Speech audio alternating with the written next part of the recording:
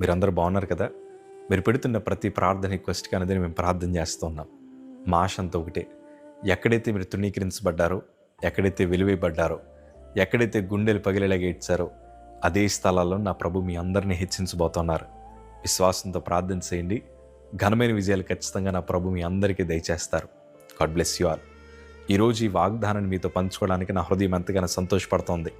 మీరు చేసిన ప్రార్థన, మీరు కార్చిన కన్నీటికి తగిన ప్రతిఫలాలు నా ప్రభు ఖచ్చితంగా మీకు అనుగ్రహిస్తారు.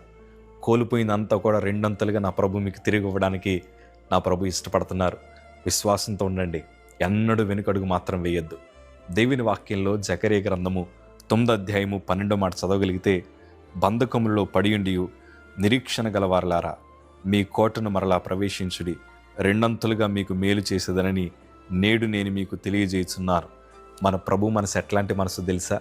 రెండంతలు మేలు చేయాలని ప్రభు ఆశపడుతున్నారు. ఈరోజు ఇరుకిబ్బందుల మధ్యన, శోధన మధ్యన ఉంటూ కూడా నా ప్రభు కార్యం జరిగిస్తాడు. ఈ లేమి నుండి నా ప్రభు విడిపిస్తాడు.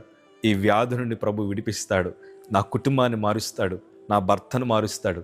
నా భార్యకు దేవుడు గర్భఫలాన్ని దయచేస్తాడు. నాకు ఉద్యోగాన్ని దయచేస్తాడు. నా ప్రభు నా పిల్లలను స్థిరపరుస్తాడు.